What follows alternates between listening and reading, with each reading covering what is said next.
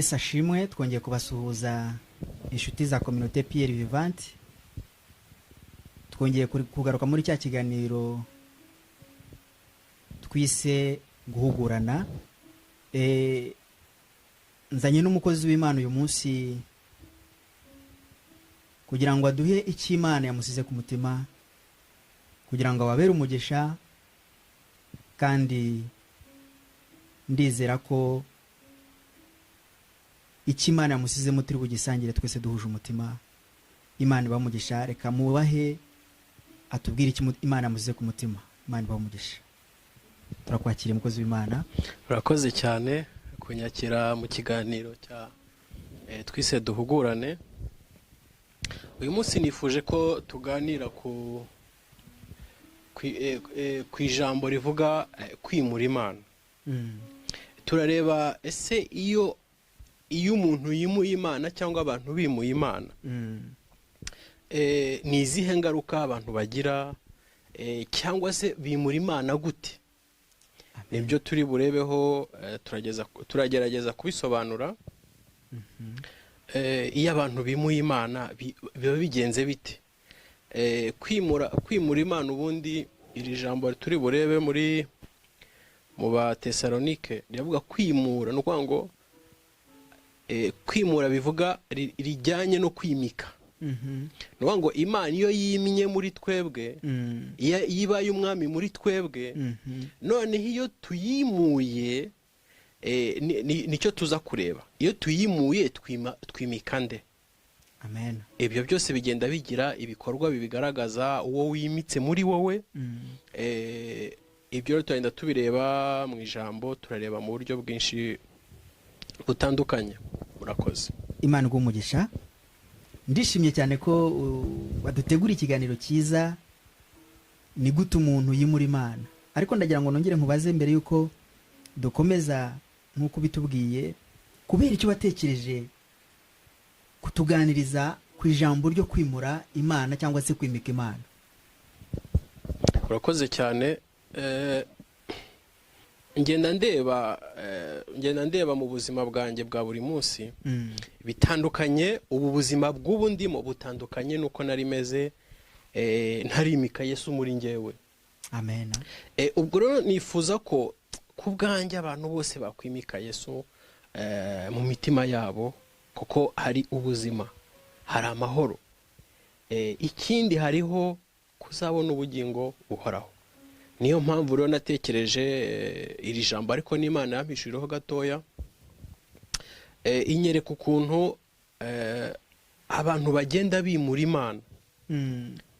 Ubwo yanyerekaga umukobwa mwiza wari witeyeho umunwa, inyereka ko yayimuye, yimitse undi mwami. Ni ukuvuga ngo yimitse umwami w'ubwibone muri we, kandi umwami w'ubwibone ni Satani, umwami wo kwishyira hejuru ni Satani. Ubwo rero amaze kubona iryo yerekwa, mpita mbona koko hari abantu bimuye Imana, hari n'abandi bakimitse Imana muri bo. Amen. Imana ibamugisha cyane. Urabona ko murahishiwe, mube hafi ya mikoro. Imana yiteguye kubahishurira byinshi nyuze mu mukozi w'Imana, kandi yiteguye kubereka ukuri kw'ijambo ry'Imana, no kubereka uburyo muhitamo kuba mu nzira y'Imana, kuko ikiri muri we ni ukuduhugura guhagarara mu rukundo rw'Imana no mu bushake bw'Imana. Urumva ko Imana yamuhishuriye byinshi kugira ngo arushaho kutubwira, arushaho kutuyobora, arushaho kudufasha kureba imbere aho tujya. Urugendo ruracyari rurerure, ariko turi abagenzi bagomba kugerayo. Reka rero mbabwire ngo murahishiwe, kandi Uwiteka agiye kuvugana n'imitima yanyu amukoresheje. Tuguhaye ijambo. Imana ikugirire neza. Murakoze cyane. Amena. Nihuse reka tujye mu gitabo. Mu gitabo buriya iki gitabo nicyo kiyobora umuntu ujya mu ijuru. Amena. Nicyo gitabo cyonyine kiduhuza n'Imana. Harimo ibyanditswe byera, kandi ibyanditswe byera urumva n'iby'Imana, ko nta bindi bintu byera bibaho. Amen. Reka rero turebe twihuse mu ba Tesalonike urwandiko rwa kabiri Pawulo yandikiye abatesalonike, amena. ku igice cya kabiri umurongo wa 3. Haravuga hati: ntihakagire umuntu uboshya uburyo bwose, virigire, kuko uwo munsi utazaza kurya kwimura Imana kutabanje kubaho, virigire, kandi urya munyabugome atarahishurwa ari we mwana wo kurimbuka. Turageza aho ngaho kuri 3 gusa. Ijambo ry'Imana tubwiye ngo ntihakagire umuntu uboshya uburyo bwose. Buriya kugira ngo umuntu akoshye ashobora kukoshya bitewe n'umwami we yimitse muri we. Bisobanura iki? Twebwe rero bana b'Imana, twebwe abashaka kuzabona Imana, hari ibyo tutakwiye kumva, hari ibyo tutakwiye kwakira ngo tubibike mu mitima yacu. Dukwiye rero kurinda amatwi yacu kugira ngo hatagira umuntu twoshya, kandi icyo umuntu akubwiye kigenzuza ijambo ry'Imana. Amen. Turakomeza dusome hano kuri 3 ngo kuko uwo munsi utazaza kurya kwimura Imana kutabanje kubaho. Ngo ni umunsi umwami Yesu azaza, ko yigishaga abatesalonike abasobanurira nyine kugaruka kwa Yesu. Hano arababwira ngo kugaruka kwa Yesu ntago kuzaza kwimura Imana kutabanje kubaho. Imana ishimwe. Ndaho ngaho. Ese ibimenyetso biranga kwimura Imana uyu munsi hari ibyo tubona? Hari ibyo ubona? Uyu munsi kwimura, ibimenyetso bigaragaza kwimura Imana, bigaragaza kwimika undi mwami, ibimenyetso birahari cyane. Nabyo tubirebe mu ijambo Pawulo nabwo yandikiye Timoteyo, Timoteyo wa 2 ibice 3, ku murongo wa 1. Umurongo wa 1 haravuga hati: umenye yuko mu minsi y'imperuka hazaza ibihe birushya, kuko abantu bazaba bikunda, virigire, bakunda impiya, virigire, ubwo no gukunda amafaranga, birarira, abiyemezi, bibona, orugeye, batukana, hari abanyagasuzuguro, batumvira, batumvira ababyeyi babo, indashima, batari abera, badakunda n'ababo, batuzura, mbega nta bushuti abantu bagirana, babeshyerana, batirinda. Ubwo ni mu minsi y'imperuka, bagira urugomo, badakunda ibyiza, bagambana, ibyigenge, bikakaza, bakunda ibibahenebereza, bakunda ibibahenebereza aho gukunda Imana, bafite ishusho yo kwera ariko bahakana imbaraga zako, bahakana imbaraga zo kwera. Abameze batyo ujye ubatera umugongo. Amen. Ni ukuvuga ngo ibimenyetso bigaragaza kwimura Imana birahari. Vraiment. Hari byinshi, hari n'ibyo nagerageje kunota ahantu quelque part, kugira ngo mbashe kubibasobanura ko hari igihe burya hari igihe Satani aza akakwiba ibyo wari kuvuga, akakwiba amagambo. Uku kwimura Imana kwatangiriye he? Mu byo tureba by'ubuvuzi cyangwa se chirurgie esthétique. Muri ibi bihe hariho kudashima uko umuntu ameze. ugasanga mu iyerekwa nabonye ko umuntu yanyeretse arambwira ati urareba uriya muntu, ndavuga ndamubona, ngo urana adafite umunwa umeze nk'uw'inka, ndavuga ntabwo byashoboka ko umuntu yagira umunwa nk'uw'inka. arambwira ngo ukatiye ku ruhande hano na hano ubona atari uw'inka. Ndebye mbona umuntu umuteyeho ni munini cyane. Ndongeye ndeba amaso ye mbona si amaso nk'aya dufite, kandi ari umuntu ugenda mu bantu, ari umuntu usanzwe. ntaguciye mu ijambo, ryari iyerekwa wagize ubona ibyo bintu? Ryari iyerekwa mbona umukobwa uteye neza, ubona koko anaberewe, ariko yari afite ibyo yongeyeho. Wisesa nibyo n'ijambo ry'Imana nabyo riri kutubwira kwimura Imana. Kwimura Imana ni ukugira ubundi, ni ugushaka ubundi buzima Imana itaguhaye, ni ukwigira ukundi Imana itakuremye. Nicyo cyane. Imana iguha umugisha. Ni ukuvuga ngo abantu ntago bari afite abantu n'indashima. Ni ukuvuga ngo iyo umaze kwakira umwami Yesu, iyo uri mu Mana, bajya hari n'indi ndirimbo ivuga ngo Yesu niwe umpagije, ngo Yesu arampagije. Ariko Yesu yaguhagije, nta kiri kintu ushobora kumwongereraho. Uko yakuremye birahagije. Hariho kwimura Imana ibyashirije estetike, guhindura iminwa. Uko ni ukwimura Imana, kuko iby'Imana yashimye ko uvukana urabyanze, ntukibyemera. Harimo kwibona, harimo orugeyi. Ikindi hari ukwitezaho ibibuno umuntu atavukanye. Ibyo byose ni ukwimura Imana. Ibyo byose ni ukwimura Imana, kuko Imana yashimye ko ikibuno uvukanye ari cyo cyawe. Ugiye kwiyongereraho ikindi, ubwo wimuye Imana. Wimitse Satani muri wowe, ari we se w'ubwibone, ari we se w'ibinyoma. Reka nkomeze gatoya.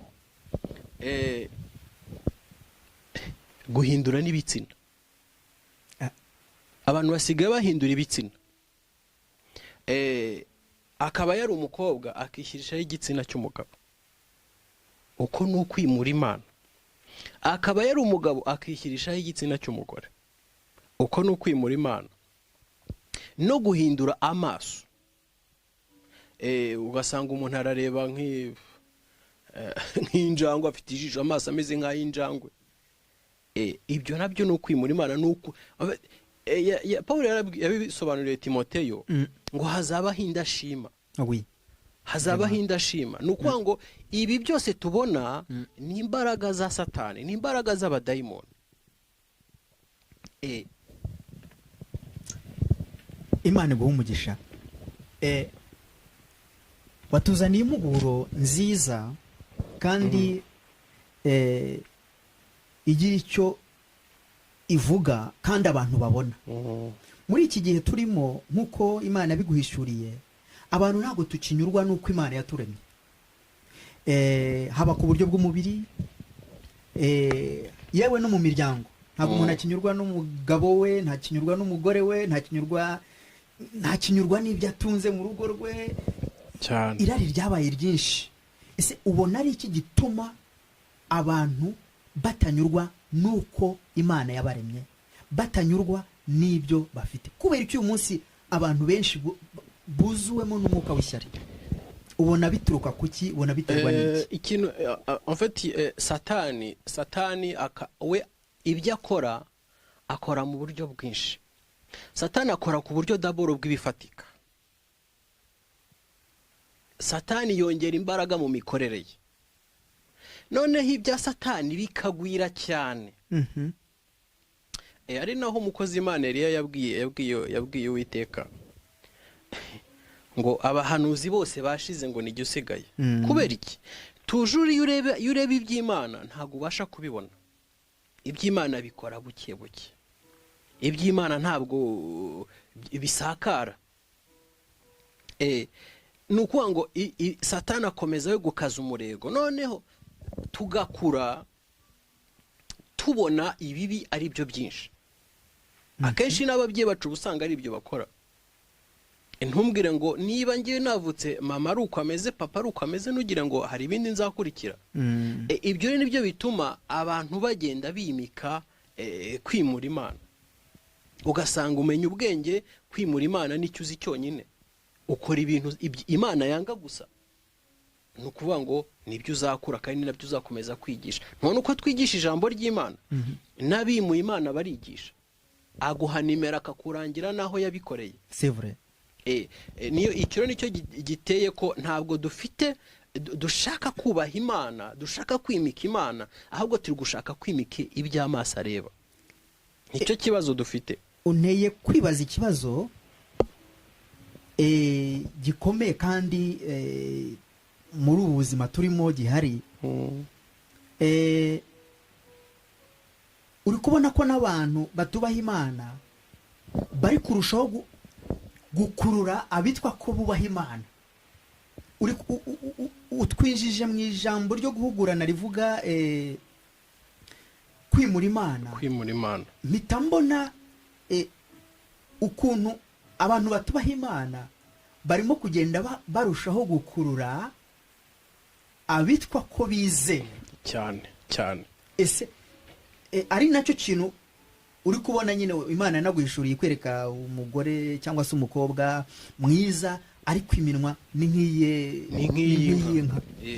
Ni ukuvuga ntabwo abantu tugishaka kuba uko Imana idushaka, turashaka kuba uko twe dushaka cyane, bitewe n'amarangamutima yacu cyangwa se irari ryacu. Ndashaka kukubwira ko umuntu akomeza gukururwa n'ibyo abona, kandi uko iminsi igenda ubona abantu basenga bashaka mfite kwiyadapta kuri ibyo ngibyo bigaragara. Reka nkwereke urugero rutoya. Ubu ngubu hariho umukobwa kubera kwibona, kubera genda ashaka umugabo umeze utya, ndashaka kuzimariya n'umuntu umeze utya, iminsi ikarenga. Imana yakoherereza umuntu kubera ubwibone no gukunda impiya biri mu muntu, imyaka ikamurengera atarongowe. Uzi ikintu bari gukora? Kutelefona kwa muganga, agafata rendezvous, akagenda bakamutera intanga, akabyara. Akabyara umwana, niba ashaka impanga bakamutera impanga, niba ashaka umwe bakamutera umwe. Ibyo byose ni ukwimura Imana. Kubera iki?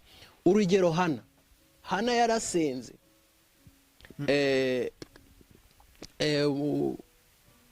Umugore mugenzi we babanaga, umugore w'umugabo we ko yari afite mukeba we, amuhoza amusuzugura mu manka respect iki, ariko ashikama ku Mana paka igihe Imana imuhereye umwana.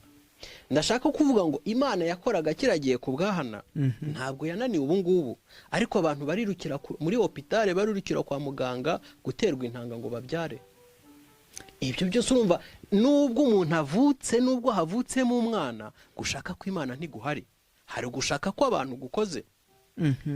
Ni nayo mpamvu urebe iyo washikamye ufite kwizera, ibyo ni ukwimura ukwizera, urumva ntikugihari. Nta no gutegereza, nta kwihangana kugihari. Rero ibyo byose bikagenda bigaragaza kwimura Imana. Kwimura Imana. Utumye ntekereza ku bindi bintu biriho hano mu Burayi turi, ugira gutyo ugasanga umuntu afite imyaka 80, ntabwo azi Imana kandi yarabyaye. Mpita ntagira gutekereza, nimba umuntu afite imyaka 80 akaba atazi Imana, ni ukuvuga ko famiye yatangiye kwimura Imana ataranabaho. Nuvuga ngo nawe yavukiye mu muryango wimuye Imana, nawe yimura Imana, n'uwabyaye nawe yimura Imana cyane, aricyo twita karande. None uyu munsi mfite ikibazo ndimo kwibaza, nawe ari na Imana yaguhishuriyeho uyu munsi turimo kuganiraho. Uyu munsi ubukristo bwacu ubwo ntibwimura Imana. gusenga kwacu ko ni kwimura imana, amakomporigisi abantu bafite iyo ntiyimura imana, kutanyurwa nuko turi byo ntibiri kwimura imana. Iyo ngeze no mu nzu y'Imana ugenda usanga ubwibone buri kugenda butanga abantu b'Imana imbere, ibyo nabyo nkabona birimo kwimura imana. reka ngo subizeho gatoya, nta utarinze umbazana byinshi. Kwimura imana kugaragarira hehe? Urana n'ibintu biga ukajya kwiga kuvuga ngo uzaba umuntu w'Imana ari uko wize amashuri yo kuba umukozi w'Imana. Biriya nabyo no kwimura imana, kuko imana iyo igiye iguhamagaye cyangwa se imana itumye umukozi wayo, nta muntu igisha inama, iraguhamagara yonyine. Niba wohereje abantu kwiga imana, kwiga kuyobora abantu b'Imana, wowe wimuye imana. Urashaka ko abantu bakurikiza ibyawe, ntibakurikize iby'Imana. Niho hazaza, niho umuntu azavuga icyo Imana yamutumye wakumva kitajyanye n'ibyo wigishije, ugahita umupfobya. Uko ni ukwimura imana. Abantu bimuye imana. Hari ibindi bintu kwimura imana bigaragara mu buryo bwinshi, mpaka byaramanutse bigera no ku buhinzi, mu matungo, mu buhinzi. Ni ukuvuga ngo abantu bimuye imana ku buryo bigaragarira buri muntu wese. Ni produit chimique zikora ubu ngubu. Ni produit chimique.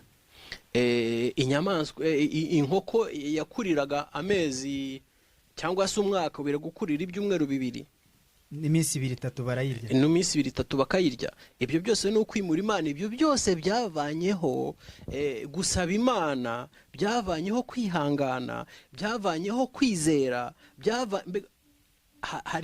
hariho kwimura imana gusa. Reba urugero rutoya, injira nko mu rusengero urebe. Iburi wamaze kwakira Yesu, abaguhagije umukozi w'Imana, abaguhagije, nta kindi kintu ukeneye kongeraho. Reba abantu baratobora amazuru, abantu baratobora amatwi ari abagabo, abantu bariyogoshesha inyogosho batazi niyo ziturutse. Kandi ibyo byose nibyo Satani afurunisa kugira ngo akomeze yanduze abantu. Noneho kuza kwa Yesu azasanga abantu barimuye imana, azasange bariho umugayo, abantu bimuye imana mu buryo bufatika. Hari ibyo bita ngo abakobwa bakura basanga ba mama babo bisiga ibintu bitukura ku munwa, bishushanyaho za makiyaje. Ibyo byose ni ukudashima Imana. Iremye umuntu yaravuze ngo ndabona ari byiza. Imana birayinezeza, iramunezerererwa umuntu. Ariko ubu umuntu nonaha ntari gushima uko ari, yumva ko azasa neza nashyiraho bya bintu. Ashobora kuba atanabizi, atari nayo mpamvu abikoze, ariko yakuze abibona. Ari by'umuntu ugiye ahantu yisiga. Ariko bira byose ni ukuba indashima. Iyo wamaze kugira Kristo muri wowe ubushima. Ibyo byose ni ukwimura imana, kuko imana yashimye ko usa gutyo. Imana uretse nkubwira ikindi kintu kimwe, tugera inaha tukarya imibiri ikabyimba, tukananirwa kwikontorora. Uzi ikintu gikurikiraho? Umuntu ajya kwiseta bakamubaga nk'inka, bamukureho ibinyama hano, babaga hano, babaza amatako, babaza amataye. Ibyo byose ni ukwimura imana. Umuntu w'imitsi imana muri we amenya uburyo aryamo, amenya uburyo yiyoroganiza mu kurya, ku buryo ibiryo bitaza ngo birenga umubiri we. Iyo rero abantu b'imitsi imana baba kuri discipline. Ijambo ry'uyu munsi uzi riratujyana hehe? Riratujyana kugera ahantu Imana iri buvuge ngo abantu bahindutse babi. Nuko ngo niba Paulo yarabibwiye Timoteyo kudashima, kudakunda abanyu, kudakunda inshuti, kutagira inshuti. Mbega nuko ngo ubu nta nshuti yo kwizerwa ubu ihari. Aho usanga avuga ati reka hati rwose usanga umurangwa ngo nibura inshuti imwe irampagije, nta zindi nshaka. Kubera iki? Nuko azi ko hari inshuti zitari vrai honete. Azagira inshuti zitari honete, agahitamo imwe cyangwa kubyihorera. Pawulo yarabivuze. Utumye ntekereza ibintu biriho uyu munsi, duciye mu bintu bibiri watubwiye. Uburumbuke bw'Imana bwasimbuwe n'uburumbuke bw'abantu, kubera ko uyu munsi ni umuganga utanga uburumbuke cyane. Uburumbuke bw'Imana ntibucyubahwa kubera ko abantu bafite ibyo bashaka. Ni ukuvuga ngo bafite abantu bari kwimura Imana, bari kwimika ibyo mu isi, bari kwimika iby'isi. Niyo mpamvu uyu munsi ubukire nibwo buri gushyirwa imbere. Abantu barashaka kubaho hejuru, bashaka kugira amafaranga menshi, barashaka gutunga byinshi. Kubera ko ashaka kugira byinshi, niyo mpamvu za nkoko arashaka ko ziba nyinshi kandi zikura mu cyumweru, kandi atiteye ku ngaruka bitera abantu. Biriya byose, biriya biti byose bitera abantu indwara. Noneho kubera ko uyu munsi kubyara ni umugore ubidesida n'umugabo, ntabwo hakiri uburumbuke bw'Imana, ntabwo hakiri ubushake bw'Imana. Niyo mpamvu hariho irari. Ndashaka umugabo ufite amafaranga, umeze gutya umeze gutya. Mbese uradesina umugabo wawe ushaka, cyangwa uradesina umugore wawe ushaka. Iyo utamubonye bya bihe bikagutambukana, urajya kwa muganga, umubwire muganga ndashaka umwana umeze gutya na gutya, ndashaka umwana afite. Ubwo nyine umuganga aragutishyamo uburumbuke ubw'Imana yatangaga. Ubu ni umuntu ubutanga. Ndimo kwibaza ikibazo, kubera icyo umuntu ari guta ubushake bw'Imana akihutira ubushake bwa desiziyo y'ibitekerezo bye, cyangwa se ubushake bw'umusiyantifike ariwe mudogiteri. Niki iyo urebye abantu bo muri iyi minsi cyangwa se ibihe turimo, biraterwa n'iki? Ni ukubera icyo uyu munsi irari ari ryinshi kandi rihagaze ku by'isi cyane? Ni ukubera icyo uyu munsi urukundo rutakiriho ngo ukunde iby'Imana yaguhaye, ndetse ugerageze no kubaha iby'abandi ubikunde nabyo? Impamvu iyo urebye nk'umuntu w'Imana biterwa n'iki? Kubera icyo abantu babikora gutyo? Ntabwo ndi bugusubize byinshi aho ngaho. Iyo muri wowe utimitse Imana, buriya wimitse Imana ugira imbuto zigaragaza kwimika Imana. Niyo wimitse Satani, nabwo ugira imbuto zigaragaza wowe wimitse. Satani icye ni ukwica, ni ukurimbura. Icye ni ukubeshya, ibye ni ibibi gusa. Irari iyo umuntu yamwimitse agira irari. Waruvuze ngo umuntu ategereza, umukobwa ategereza ko abona umusore w'amafaranga, umusore ukize. Icyo kintu cyonyine kiri muri we ni ikibi. Yohana yavuze ngo irari riratwita rikabyara urupfu. Icyaha kiratwita, pardon, urakoze cyane, kikabyara urupfu. Iyo umuntu atangiye gutyo, deje urumva icyari kimurimo bigaragara ko cyari gito kandi cyashoboraga guhinduka. Ariko noneho kubera ko bwa bushake bwe ntiburi gukunda, arakomeza akora amarorerwa kugera igihe bwa bushake bwe bubaye.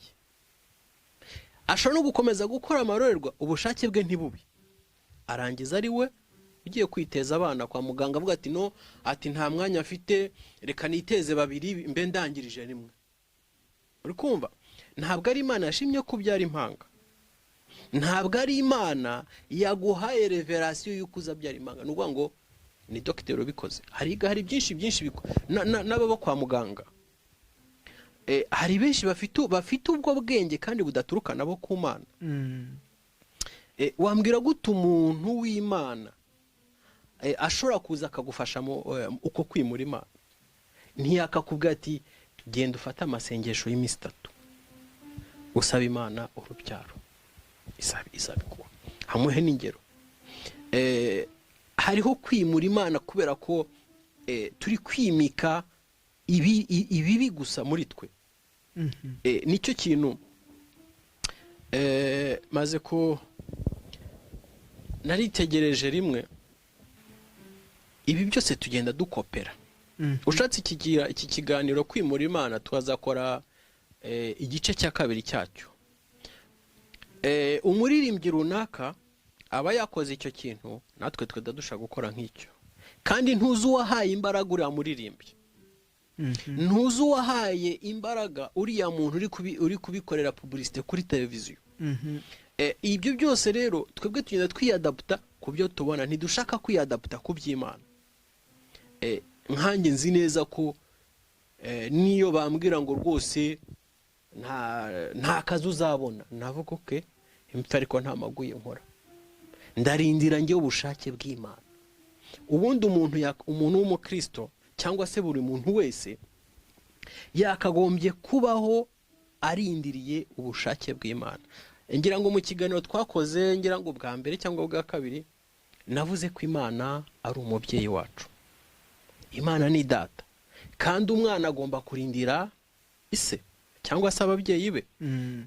Iyo rero bitabaye gutyo, umwana nawe agenda yimika indi mico itari myiza, agenda mbega yabandona imico y'ababyeyi be. Nicyo rero nashatse kugira ngo uyu munsi turebe mu bworozi.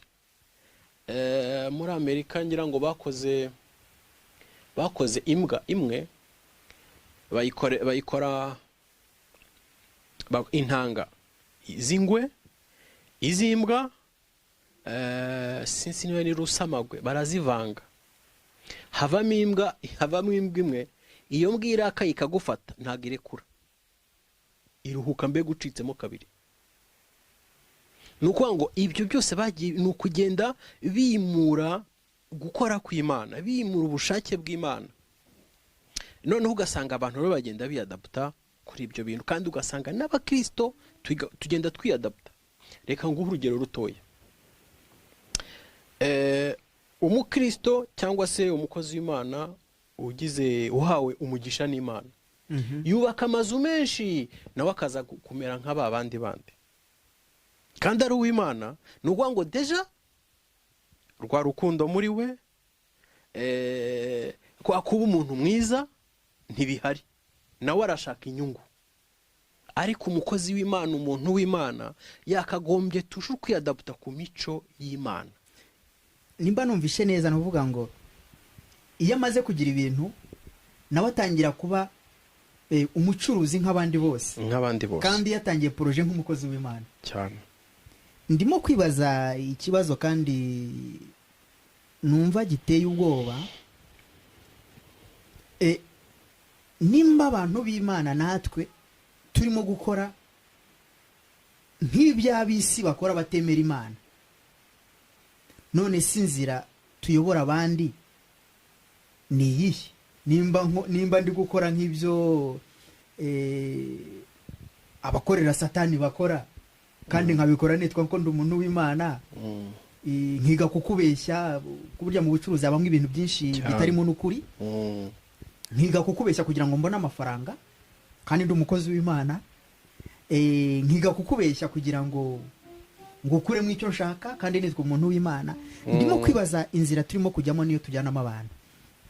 Ikindi ndimo kwibaza gikomeye, ukuri kugenda gushira mu bantu. Ariho hano watubwiye umugabo n'umugore ntago bumvikana, nta confiance, ntago ufitiye umugore wawe confiance, umugore wawe ntago agufitiye confiance, umwana wawe nta cyizere agufitiye. Ndimo kwibaza ikibazo, kubera iki by'isi biri kutwimuramo ubumuntu, kandi iby'isi twaje tubisanga. Ntekereza ko nta nuzabyimukana, ariko abantu turi kwiyatasha cyane kubifatika kuruta uko twiyatasha cyane ku by'umwuka uduhesha kubana n'Imana, kandi uduhesha no kuzimuka dufite imirimo myiza y'Imana tukiri mu isi. Ubona icyo kintu giterwa n'iki? Kuki kwizerana ari gukeya mu nzu y'Imana, mu miryango? Kuki confiance itagihari? Confiance dukurikije ijambo kwimura Imana. Kwimura Imana ubundi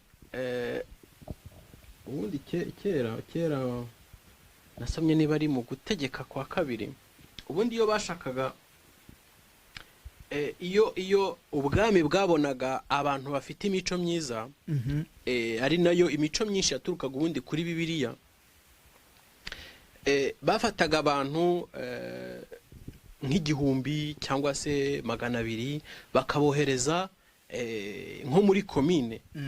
Noneho iyo mico y'abo bantu bahariye bakajya bareberaho, noneho bakagira imico myiza nk'iyaba bandi. Ubu rero ikintu gihari ni iki? Igihe mvuka bambwiye ko nzagira ubuzima bwiza ari uko ngiye ku ishuri, bambwiye ko imibereho yanjye ari uko nzajya mu ishuri. Icyo kintu nicyo kimitswe kuva na kera. Nicyo gituma nshaka kuvuga iri jambo rivuga riti wowe igisha umwana wawe inzira, umwana wawe nawe azigisha abandi. Dukura dusanga ababyeyi bacu batari imitsi Imana, none ibyo bintu tukabikuriramo, ugakura ari byo ukurikira, nta kindi kintu ushobora kureba ku ruhande. Icyo cyonyine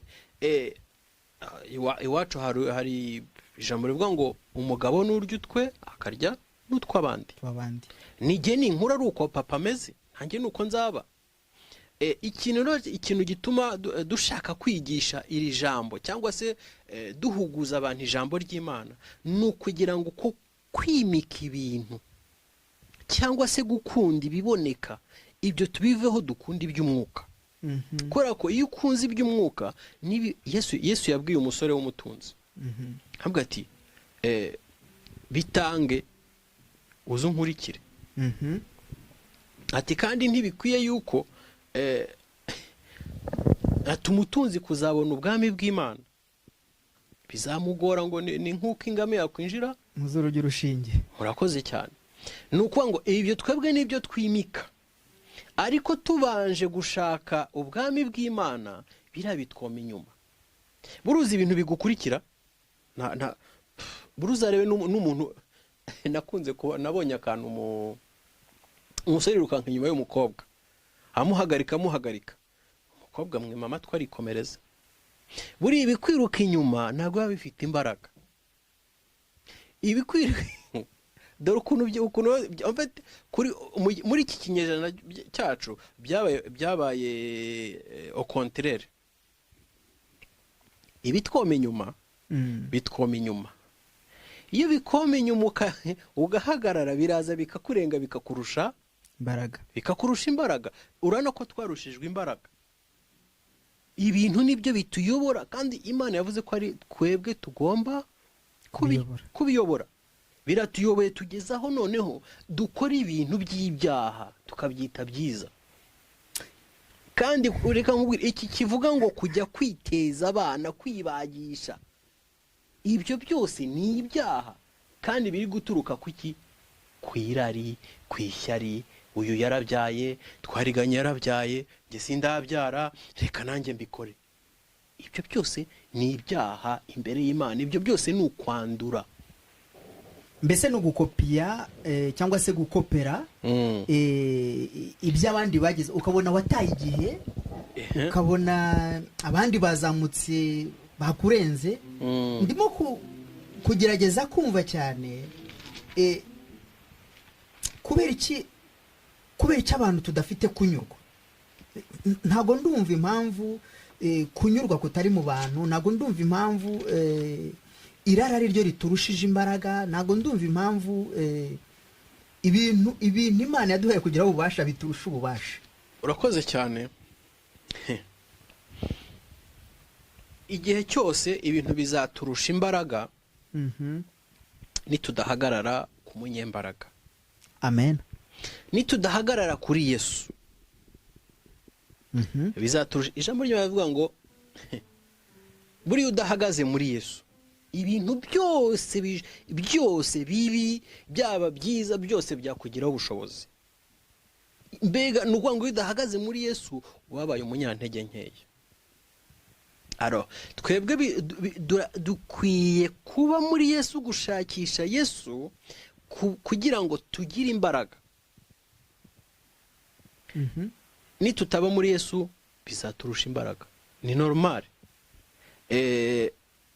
Buriya mu buzima bwacu bwa buri munsi buriya uhemberwa icyo wakoreye, kandi icyo wakoreye kingana n'imbaraga wakoresheje. Nukora gake ubona bike. Inaha hari ama option menshi. Ushobora gukora amasaha 3 ugahembwa amafaranga angana n'uwo masaha 3. Ushobora gukora 12 ugahembwa umushahara ungana n'uwo masaha 12. Bivuga ngo rero wowe kiriya wahisemo niyo nyungu ubona. Rero nitudahitamo gushaka Yesu cyangwa kuba muri Yesu, reka nkubwire bizaturenga. Kandi reka nkwereke, ndashaka ko tuza kuza tujye noneho no mu kinyejana cyabanjirije ibi binyejana turimo, tusubire inyuma tujye kuri Yasi yarimbuwe n'umwuzure, turayireba turebe impamvu iyo si yarimbutse kubera iki. Naho abantu bari babaye nk'aba ngaba, naho abantu bari bameze gutya. Utumye nipoza ikibazo, ndimo kwibaza ikibazo.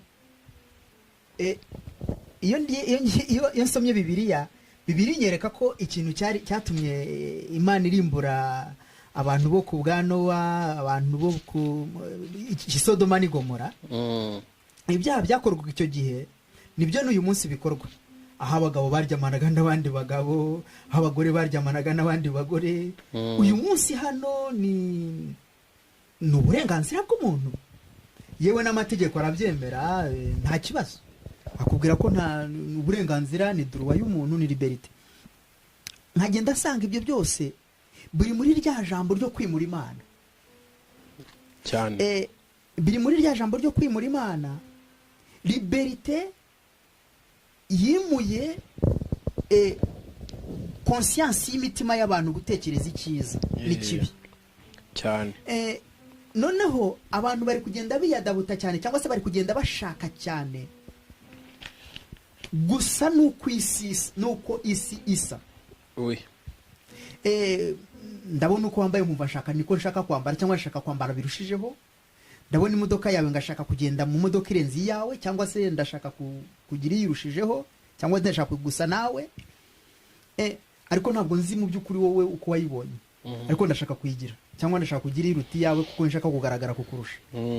Ibyo bintu byose nk'uko abivugaga, ngenda mbona ni umwuka wo kwimura Imana.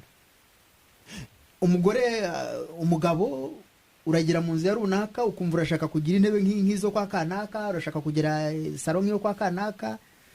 Umugore wawe nawe arabona runaka ameze ko yarashaka kwambara nkawe, nawe urabona umugabo mugenzi wawe urashaka kwambara nkawe. Ibyo byose ntago biri muri iriya sije y'ukuntu abantu bagenda bimura Imana. Nibiri muri iki kiganiro ukuntu abantu bimuye Imana bakagenda bimika ibyo bifuza. Afite ibyo byose biri hamwe kuko reka nkubwire ngewe ubwiza bwanjye, cyangwa se kuba inzu yanjye ari nziza, nge ntago mbirebera ku biri mu nzu yanjye, ndebera kuri Yesu uri muri nge. Iyo Yesu ari muri wowe, amena, ubwiza bwawe ni ukuvuga ngo buva muri Yesu. Ni ukuvuga ngo Yesu uri muri wowe, ubwiza bwe nibwo bugaragara. Reka nkubwira, uzazi wanjye nta mashusho, nta bintu ugenda ngira. Deja kuba naramenye data, reka nkubwire, birampagije. Ntabwo ikoti ryo ringira mwiza, wapi. Amen. Ibyo byo kwifuza utumodoka tw'abandi, inzu z'abandi, ibira byose ni ukwimura Imana. Iyo wimitse Imana, Imana iguha ibyawe, kandi iguha ibyo ikugeneye, kandi bikunezeza wowe nkawe. ntabwo kuba nk'ibye ariho ugize byiza, oya, iwana ashobora no kumurenza, ariko kubera irari rihari abantu barakennye kubera kurarikira gusa. ufite uko mbyumvisha ubidusobanuriye, nuva ko bari abantu batekereza kuriya nuko bamaze kwimura Imana muri bo. Iyo umaze kwimura Imana muri wowe uhita ubona ibindi. Niko bimeze. Imana guhumugisha. Reka twihute cyane mu Bakorinto ba mbere ku murongo igice cya 7 umurongo wa 34. Haravuga hati kandi hariho itandukaniro ry'umugore n'umwari. Amen. Utarongowe yiganyira iby'umwami kugira ngo abe uwera ku mubiri no ku mutima. Amen. Virigire ariko uwarongowe yiganyira iby'isi ngo abone uko anezeza umugabo we. Haleluya. Ni ukuvuga ngo mu buzima bwacu hari ibyo twimika. Urano umwari utararongowe yiganyira iby'ubwami, yiganyira iby'ubwami kugira ngo abe uwera ku mubiri no ku mutima. Ni ukuvuga ngo ntabwo ushobora, buriya Yesu yaravuze ngo abafarisayo bari kumuseka ngo ari atajabitse intoki mu mazi. Yarababwiye ngo igituruka mu mutima nicyo kibi, igituruka mu mutima nicyo cyanduza umubiri.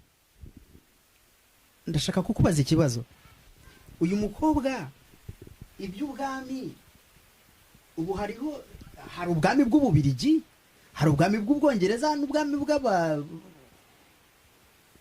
n'Abahorande bafite ubwami. Ndashaka kukubaza uyu mukobwa ubwami ari gushaka, ari kwifuza ni ubuhe? Ni ubw'Ababirigi, ni ubw'Abongereza, ni ubuhe? Dusobanurire ubwo bwami. Urakoze cyane mukozi w'Imana. Amen. Yiganyira iby'umwami kugira ngo abe uwera. Uwera. None si umwami w'Ububirigi yamweza? Ntabwo bishoboka. Duhe urugero. Arakomeza avuga ngo abe uwera ku mubiri no ku mutima. Amen. Abami bo mu isi nta kindi kintu bakumarira. Ntacyo ntago bashobora, ntago bagukeneho kwera ku mubiri, ntibagukeneho kwera ku mutima. Umwami Yesu. Hari undi mwami. Umwami Yesu ariwe mwami w'abami, ariwe mwami utwara abami. Amen. Uyu mukobwa cyangwa se uyu mwari niwe, mbega nicyo kimuraje ishinga. Twumvikane hano ngo kugira ngo abe uwera ku mubiri. Bivuga iki muri make? We arashima, we aranyurwa ku mubiri. Ni ukuvuga ngo biriya bintu byose bigenda byongerwa ku mubiri ni ukuwanduza. Bituruka mu mutima. Ntiwashimye ukuri, ariko nishyiraho ibi biraba bibaye byiza. Bivuga ngo ntiwashimye uwakuremye, ntiwashimye umwami wawe. Nicyo bisobanura. Ibi bintu byose tugenda tubona bifite umwuka ubiherekeza. Mukozi w'Imana, ibi byose bifite umwuka ubiherekeza, kuko ibiva mu mutima, afite ibituruka mu mutima, ibiri mu mutima biba byabaye ibihishwe. Amen. Nuvuga ngo iyo utekereka nkubwire ngo urugero rutoya, utekereje kunywa aya mazi ariko ntuyanywe, ngiye sinabimenya. Ntabwo nabimenya. Ariko utekereje kunywa aya mazi ukayaterura, bitavuga atekereje kunywa amazi. Ni gutya rero ibi byose bigenda biza. Ni ukuvuga ngo abatekereje uriya mwuka wabakoresheje gukora ibyo bintu, ni umwuka uva ku Mana cyangwa ni umwuka uva ku mubi? Ni umwuka uva ku mubi. Ndagusubiza inyuma kuri iri jambo. Barimo baravuga n'umugore. kugira ngo ashobore kunezeza umugabo. Kuri uyu murongo wa 34 nyine naho baravugaho n'umugore. Umugore nawe akeneye umwami Yesu kugira ngo nawe ashobore kugira imbuto nziza yo kunezeza umugabo we. Nawe akeneye umwami kugira ngo anezeze umugabo we. Ni ukuvuga icyo hano yigishwaga ni Pawulo yabivugaga. Yahaga abantu cyangwa se inyigisho. Ni ukuvuga ngo iyo ufite ikindi kintu kikuremereye hari ibyo ukora nabi. Ni ukuvuga ngo uyu mwari cyari kimurangaje cyonyine nicyo, ariko uyu wa kabiri we afite bibiri. Afite bibiri bimurangaje. Ni ukuvuga ngo arangajwe n'umwami Yesu, akongera akarangazwa n'ibinezeza umugabo we. Ni ukuvuga ngo rero, ni ukuvuga ko umuntu akwiye kwimika umwami. Buriya